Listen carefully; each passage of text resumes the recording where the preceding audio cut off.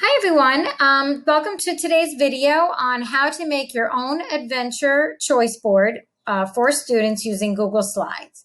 I've made this quick tutorial to show you how to make a quick template so that you can reuse over and over again. So let's get started. First thing you're going to do is bring up a blank Google slide. I've already started one for you, so if you did not know how to get here, basically, you go to a new tab, click on the waffle, click on slides, or you can use it in your drive and click on blank. And that's how you would then start to get here. I chose a nice background.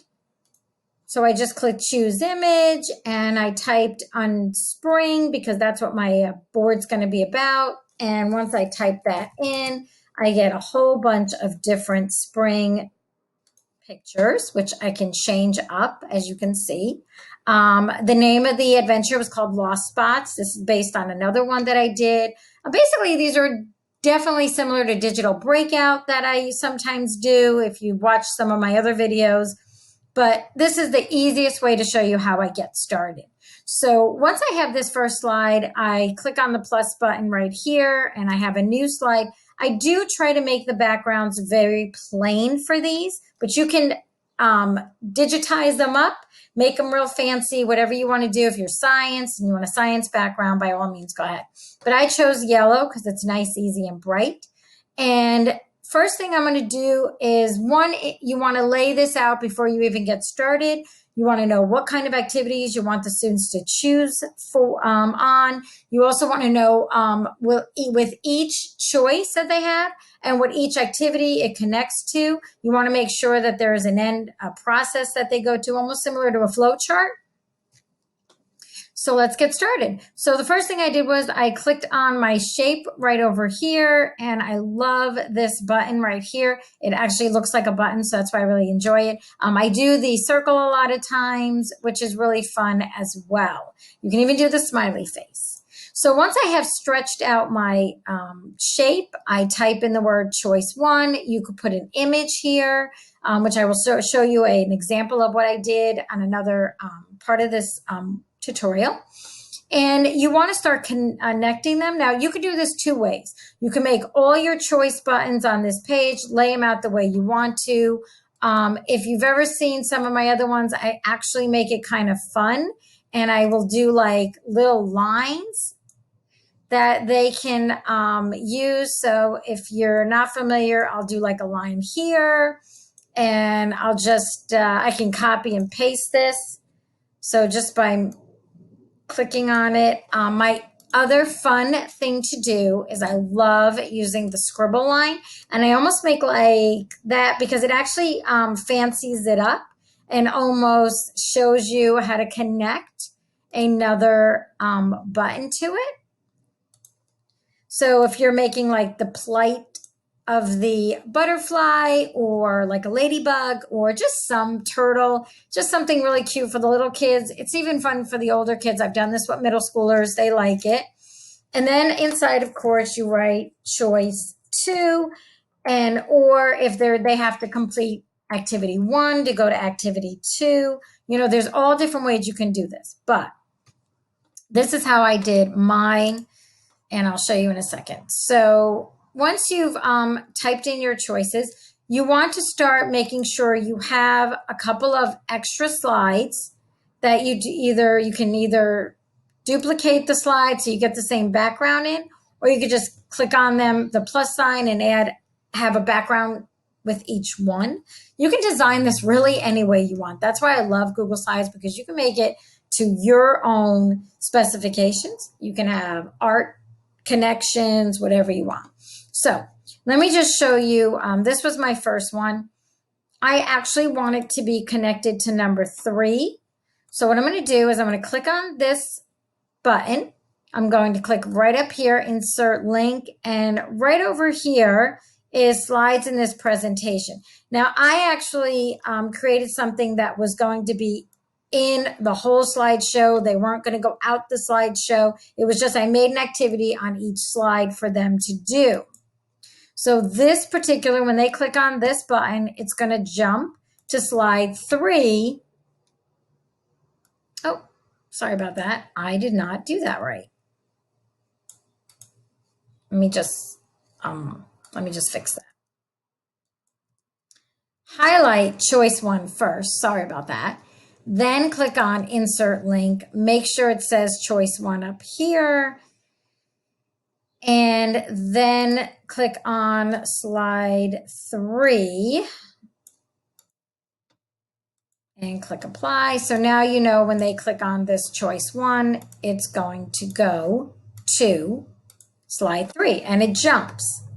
So this is where you get into the really fun stuff, because on this slide, you can make a math question, you can do a science question, you can have a social studies link, or even a science link that you want them to look at. Maybe you have Google Arts and Culture, that site, and they have to do an activity on that site and then come back.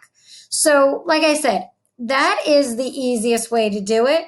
Another way you could do is maybe with this particular choice now, once they've completed choice 1, they're back on this page and you want them to go to maybe just a particular activity.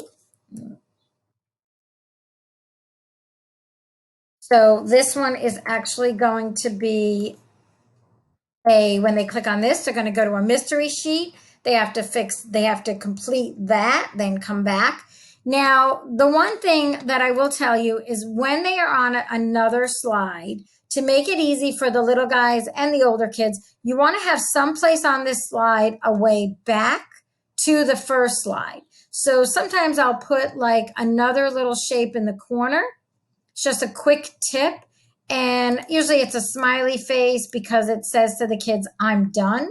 So I'll make this whole and I will link it straight to the slide number 2, because slide number 2, when I do that, it will take them back to this page so they can continue on the journey to finish their adventure. So, that is really how these choice adventure slideshows get started, is you pretty much link a button on one page to a button on another page. And then from there, you can, sky's the limit. Go to different sites, go to arts and culture, go to social studies sites, science sites, have math questions, have mystery pictures. It's really fun. But the quick tips are, make it light, make it bright, make it understandable for students to follow. Make sure you have ways to get back to the original slide. If I was doing my first slide, this is a little bit, I might want to make lost spots bigger so they can read the title. And also, here's an example of one of the slideshows that I've done. It was called Lost Spots. And this was one I created. It was a digital breakout. I used several of the features that I just told you.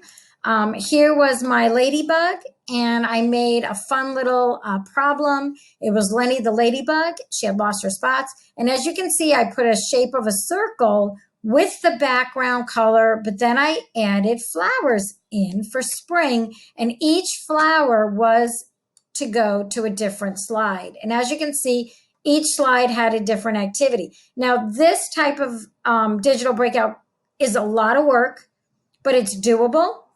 However, you have to put the time in. So each of these actually can move for the students. However, the background cannot, because I created this so it would be stationary.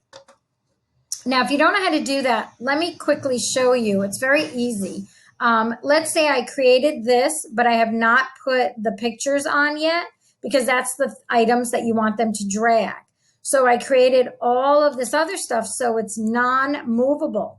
So what you do is, once you have that minus the pictures, you just simply go up to File, click Download as a JPEG. Once you do that, it almost saves that particular slide and only that slide as a picture. Then when you're ready, you would add a new slide, and you would click on background, choose image. I've already kind of done it. Go to my upload, my browse. I would look into my computer of where I saved it and upload, and done. So now I have this to get started, and all I have to do is add in the pictures. I do this several times throughout the slideshow of different items so that they don't move.